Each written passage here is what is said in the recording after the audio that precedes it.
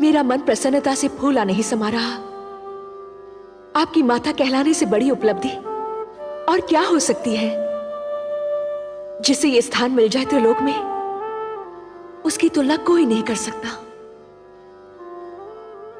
तब हे देव माता अदिति, मैं आपको यह वचन देता हूं कि आपका पुत्र कहलाने का सौभाग्य अवश्य प्राप्त करूंगा। मैं धन्य हो गई त्रिलोकीनाथ। मैं उस दिन की प्रतीक्षा करूंगी। जाने की अनुमति दीजिए।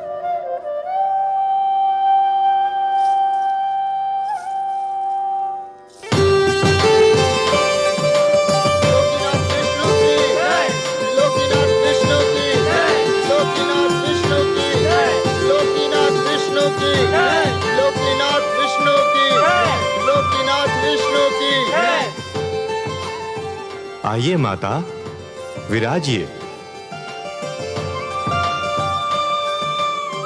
धन्यवाद पुत्रों, तुम्हारे कारण तो मुझे आज इतना महान वरदान मिल गया। पर हम तो आपको कुछ न दे सके माते। संतान से मां को और क्या चाहिए? सुख और आदर तो तुम सबने मुझे इतना दिया कि मुझे और किसी वस्तु की इच्छा न रही और ना ही आवश्यकता।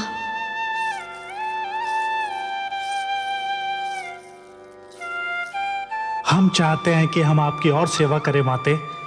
हम चाहते हैं कि आप अब यहीं रहे देवलोक में। हाँ माते, अब आप यहीं रह जाइए। पुत्रों, नारी का देवलोक वही होता है जहां उसका पति निवास करता है, और मेरा देवलोक मेरी धरती है जहां मेरे पति और तुम्हारे पिता प्रतीक्षा कर रहे हैं। तुम सब तो हर पल मेरे साथ हो, क्योंकि मेरे मन में हो। मुझे भी सदैव अपने मन में रखो, मैं भी तुम्हारे साथ रहूंगी। मैं अब चलूंगी। मेरे देवता को यज्ञ के लिए मेरी प्रतीक्षा करनी पड़े, ये मेरे पत्नी धर्म के विरुद्ध है। मुझे अब चलना चाहिए।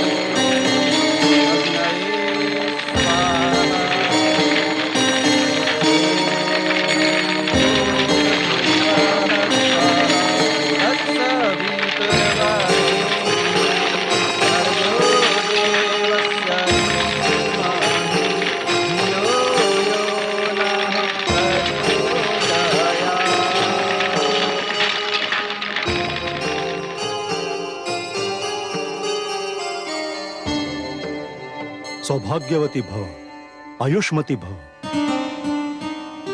देवी, मैं भगवान विष्णु से प्रार्थना करता हूं कि वो आपकी समस्त इच्छाएं पूरी करें। स्वामी, जिस नारी का पति भी देवता हो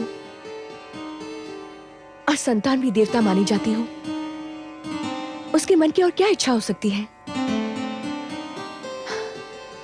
मेरे मन की बस एक ही इच्छा है कि हमारे परिवार पर भगवान विष्णु की कृपा सदा यूं ही बनी रहे।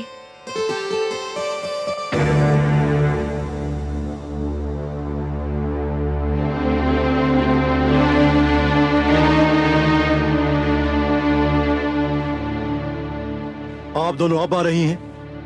जबकि यह यज्ञ संपन्न हो चुका है। हमें क्षमा कर दीजिए स्वामी। क्षमा क्षमा करने के अतिरिक्त और मैं कर ही क्या सकता हूं। देवी, आप मेरी पत्नी हैं, मेरी संतान की मां। पर उसी संतान के कारण तो हम दोनों आ नहीं पाए। क्यों? क्या उन्होंने फिर कोई आतंक फैलाया है? घर में उन्हीं लोगों का तांता बंधा हुआ था जिनको हमारी संतान ने पीड़ित कर रखा है। हमारी समझ में ये नहीं आता कि आपकी तीनों संतानों में आप ही का रक्त है। फिर ऐसा क्यों है कि देवी अदिति के पुत्र देवता कहलाते हैं और संसार मेरी संतान को असुर और देवी दनु की संतान को दानव कहकर पुकारता है? पिता का रक्त संतान का शरीर बनाता है देवी। उसका चरित्र, उसका भविष्य माता की गोद ही बनाती है। माता की गोद शिशु की प्रथम और महानतम पाठशाला होती है। संस्कारों की नींव माता की गोद में ही पड़ती है और उसी पर चरित्र का महान भवन खड़ा होता है। शिशु अपनी माता की उंगली थामकर पहला पग उठाता है और यही पहला पग उसका भविष्य निर्धारित करता है। अदिति को ही देखिए, उन्होंने अपनी संतान को वो शिक्षा दी, वो संस्कार दिए, आज उन्हें श्रेष्ठ माना जाता है, देवता कहा जाता है। प्रभु की अनुपम देन है माता तेरा प्यार, तेरी गोदी में मिले जीवन को आकार। माँ से जो शिक्षा मिले वही बने संस्कार। माता के आशीष पर गर्व करे संसार, गर्व करे संसार। और आप दोनों ने अपनी संतान की शिक्षा की ओर कोई ध्यान नहीं दिया, उन्हें कभी बुरे कर्मों से रोकने की चेष्टा नहीं की। लाड प्यार करके उन्हें इतना बिगाड़ दिया कि आज वो आपकी भी नहीं सुनते। मैं उनको नहीं, आपको दोषी समझता हूं। और देवी धनु, आपके पुत्र हयग्रीव ने धरती पर वो उत्पात मचा रखा है कि संसार उससे पीड़ित है और मैं उससे लज्जित हूं।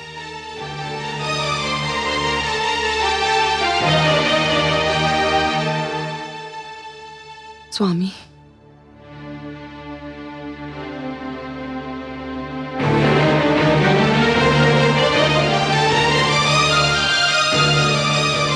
देवी अदिति, आप ही कोई उपाय बताइए कि मैं क्या करूं। हयग्रीव को समझाइए बहन कि वो हिंसा और अत्याचार का मार्ग छोड़ दे।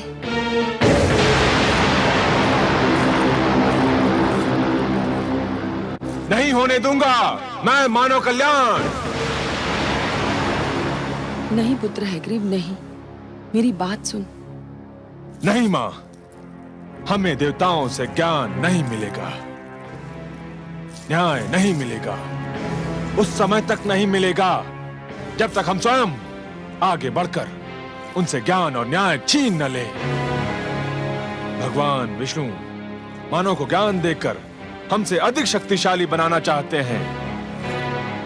मैं हयग्रीव उस ज्ञान का अपहरण करूंगा, उसे बंदी बनाकर रखूंगा। ज्ञान का यह प्रकाश मानव समाज तक कदापि नहीं पहुंचने दूंगा। मैं भगवान विष्णु को पराजित करूंगा, देवताओं को पराजित करूंगा, समस्त मानव जाति को पराजित करूंगा। मां, हयग्रीव से आरंभ होगी दानव संस्कृति।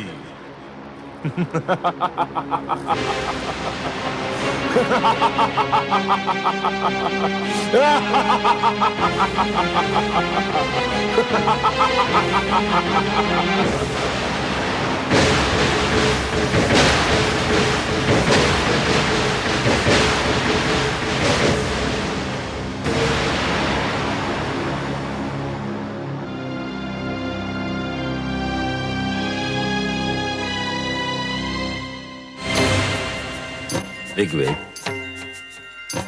यजुर्वेद, सामवेद, अथर्ववेद, मेरे निकट आइए।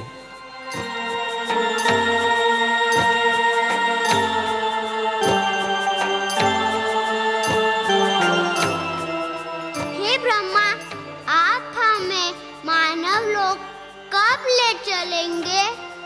हे ज्ञानकोश, अभी उसका उचित समय नहीं आया है। आपको मानव तक पहुंचाने से पहले मुझे कुछ और आवश्यक कार्य करने हैं। आपकी सुरक्षा मेरा सर्वप्रथम उत्तरदायित्व है। मुझे आपको उन हाथों में देना है जो आपके योग्य हों। मैं भगवान शिव से परामर्श करने जा रहा हूं। मेरे लौटने तक आप यहीं रहिए। जब तक मैं ना आऊं तब तक इस क्षेत्र से बाहर पग न धरें। मैं शीघ्र ही लौट आऊंगा। हे ब्रह्मा, हम आपके आदेश का पालन करेंगे।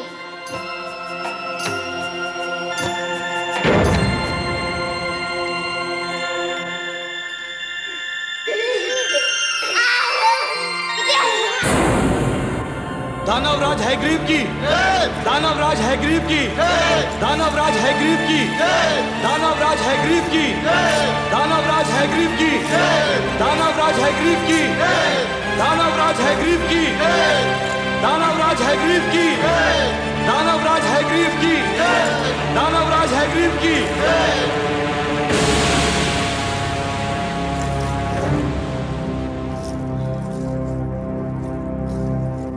आज तुम्हें सुनाने के लिए कोई शुभ समाचार नहीं है मेरे पास। हाँ, दानव समाज के लिए एक अशुभ समाचार अवश्य है। देवता तो सदा से ही हमसे अधिक श्रेष्ठ और ज्ञानी माने जाते रहे, और अब देवताओं के मित्र विष्णु ने मानव को भी हमसे अधिक श्रेष्ठ और ज्ञानी बनाने के लिए 4 वेदों को जन्म दिया है। और विष्णु ने इन 4 वेदों को मानव तक पहुंचाने का कार्यभार ब्रह्मा को सौंपा है। और इस समय वो 4 वेद ब्रह्मा के पास हैं। ये हम दानवों के विरुद्ध षड्यंत्र है। ये देवताओं का मानव के प्रति पक्षपात है। इसे किसी प्रकार रोकिए। रोकूंगा, अवश्य रोकूंगा। जब तक मैं जीवित हूं, ज्ञान का यह प्रकाश मानव जाति तक कदापि नहीं पहुंचने दूंगा। मारक, घातक, पीड़क, हिंसक,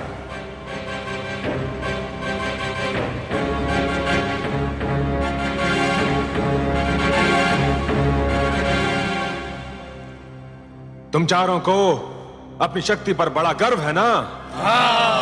आज तुम सबकी शक्ति की परीक्षा है। जाओ और ब्रह्मलोक से उन 4 बालकों को पकड़कर हमारी सभा में ले आओ। जाओ। जो आज्ञा दानवराज, आपके आदेश का पालन होगा। दानवराज हैग्रीव की, दानव संस्कृति की, दानवराज हैग्रीव की, दानव संस्कृति की।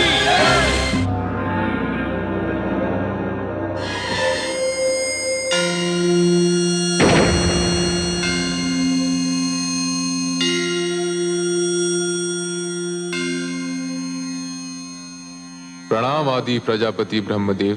प्रणाम भोलेनाथ। शिवलोक पधार कर आपने मुझे धन्य किया। मैं आपसे कुछ परामर्श करना चाहता हूं शिव शंकर। आपको सहयोग देकर मुझे प्रसन्नता होगी। हे महेश, भगवान विष्णु ने 4 बालकों के रूप में अपनी वाणी मुझे सौंपी है और आदेश दिया है कि मैं इसे मानव तक पहुंचा दूं। यह तो आपके लिए कोई कठिन कार्य नहीं है। कठिन कार्य तो नहीं है, पर एक दुविधा ने मुझे आ घेरा है। दुविधा? और आपको? हाँ भोलेनाथ, आप तो भली भांति जानते हैं कि धरती पर क्या उत्पात मचा हुआ है। युद्ध, छल, कपट, भ्रष्टाचार, अत्याचार से धरती की दशा दयनीय हो गई है। एक मानव दूसरे मानव के रक्त का प्यासा हो रहा है। ऐसे मानव को भगवान विष्णु की दी हुई ये महान वाणी, ये अनुपम भेंट मैं कैसे सौंप सकता हूं भला? तो फिर आपने क्या निर्णय किया? कोई निर्णय लेने से पहले मेरे लिए आपकी स्वीकृति की आवश्यकता है। मेरी स्वीकृति? हाँ शिवशंकर, इस सृष्टि की रचना मैंने की है, परंतु इस सृष्टि में बहुत सी ऐसी वस्तुएं भी जन्म ले चुकी हैं जो अनचाही हैं। मैं इस सृष्टि में परिवर्तन चाहता हूं। भगवान विष्णु के आप्त वचन को मानव तक पहुंचाने से पहले मैं चाहता हूं कि धरती से कुरूपता, पाप, अन्याय तथा अवगुण का विनाश हो जाए। और हे महेश, यह कार्य तो केवल आप ही कर सकते हैं। हे आदि प्रजापति, इस धरती पर रूप और कुरूपता, न्याय और अन्याय तथा गुण और अवगुण एक दूसरे में इस प्रकार समाये हुए हैं, यदि एक को मिटाया जाए तो दूसरे का भी कुछ अंश मिट सकता है। पुण्य और पाप एक दूसरे में इस प्रकार उलझ गए हैं, यदि एक पर चोट की जाए तो दूसरे को भी हानि पहुंच सकती है। यह क्षेत्र आपका है भोलेनाथ, कोई और इस कार्य में हस्तक्षेप कर ही नहीं सकता। यह निर्णय केवल आप ही कर सकते हैं कि किसको नष्ट किया जाए और किसकी सुरक्षा की जाए। आप जो निर्णय करेंगे वही उचित होगा, परंतु निर्णय तो आपको करना ही होगा। मुझे सोचने का अवसर दीजिए प्रभु।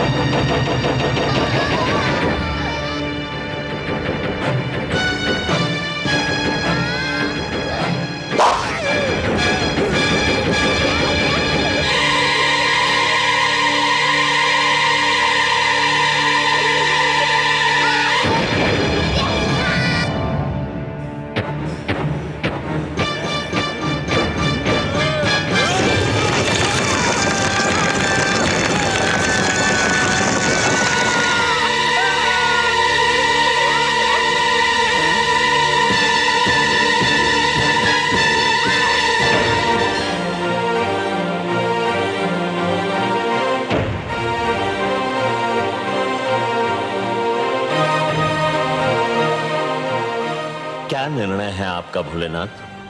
हे ब्रह्मदेव, मैं इस निष्कर्ष पर पहुंचा हूं कि सृष्टि को पूर्णतया नष्ट करना उचित नहीं होगा। धरती को बने अभी अधिक समय नहीं बीता है।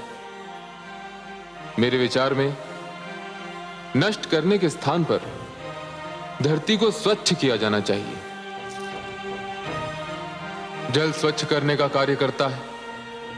जिस प्रकार मनुष्य जल में स्नान करके अपने शरीर पर जमे मैल को दूर कर देता है, ठीक उसी प्रकार यदि धरती जल में डूबकर उभरे तो उसकी समस्त बुराइयां धुल जाएंगी जो आपको अनचाही लग रही हैं। परंतु धरती तो जल में डूबकर उभर आएगी, पर उस पर बसी मानव जाति का क्या होगा? मैं नए मानव को जन्म दूंगा। उसमें भी एक कठिनाई है। क्या कठिनाई है भोलेनाथ? आपके पुत्र मनु मानव सुरक्षा के लिए तप कर रहे हैं। वे मानव जाति का विनाश होने नहीं देंगे। तप करना उसके अधिकार में है, किंतु सृष्टि के विनाश को रोकना उसके अधिकार में नहीं है। मनु को उसका कर्म करने दीजिए। भगवान विष्णु की स्तुति कर रहा है वो। उसका और उसके तप का परिणाम भगवान विष्णु की इच्छा पर छोड़ दीजिए। मैंने आपसे जो निवेदन किया है, मुझे उसका उत्तर चाहिए भोलेनाथ। उत्तर? उसका तो केवल एक ही उत्तर है। धरती पर जल प्लावन होगा। हे शिव, मैं आपको प्रणाम करता हूं।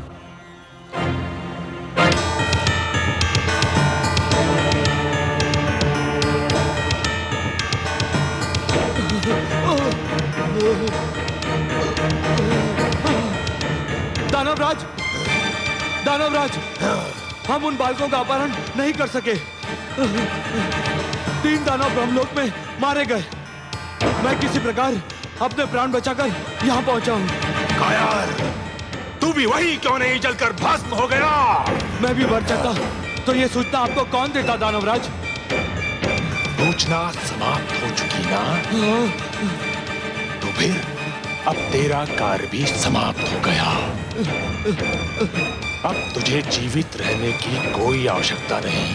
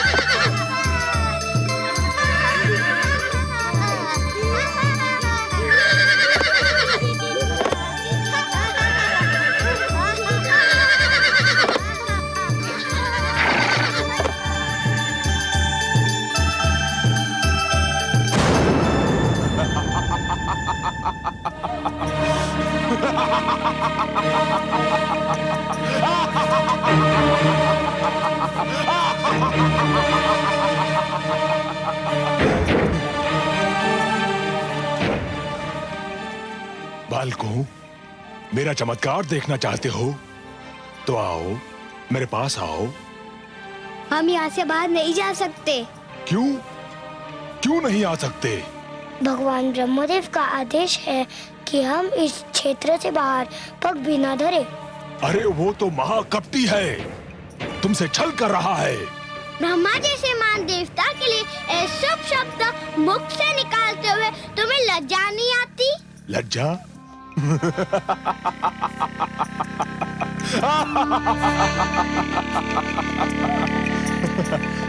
उस छलिए से लज्जा? जानते हो वो कहाँ गया है? जानते हैं, वो शिवलोक गए हैं। और वहाँ क्या करने गया है? ये तो हम नहीं जानते। तुम चारों को पाकर ब्रह्मा के मन में खोट समा गया है। तुम झूठ बोलते हो। मैं सत्य कह रहा हूँ।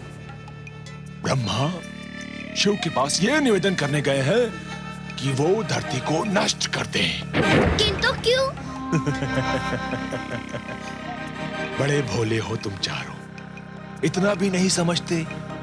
सीधी सी बात है, धरती नष्ट हो जाएगी तो मानव भी नष्ट हो जाएगा, और मानव नष्ट हो जाएगा तो तुम चारों सदा के लिए ब्रह्मा की संपत्ति बन जाओगे, और वो तुम चारों को दास बनाकर रखेगा।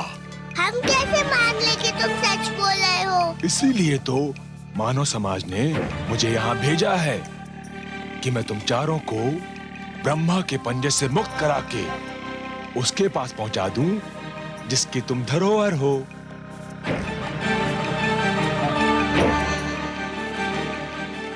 सोच क्या रहे हो? यदि ब्रह्मा आ गया तो कभी मुक्त नहीं हो पाओगे। जीवन भर उसके दास बनकर उसकी सेवा करते रहोगे। व्यर्थ सोच विचार में समय नष्ट ना करो। मेरे साथ चलो, आओ आओ। मैं तुम्हें वचन देता हूं कि मैं तुम्हें इसी समय मानव के पास पहुंचा दूंगा। मानव बहुत समय से तुम्हारी प्रतीक्षा कर रहे हैं। आओ, मेरे पास आओ, आओ, आओ।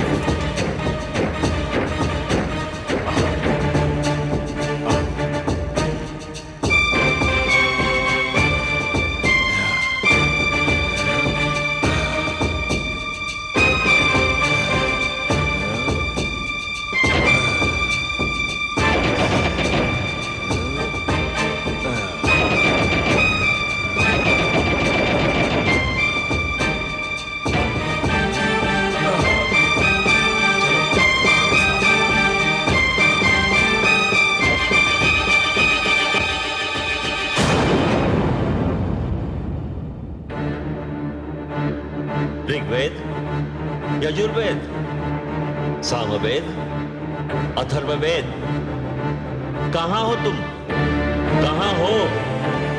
सामवेद, अथर्ववेद, ऋग्वेद, यजुर्वेद, कहाँ गए तुम लोग?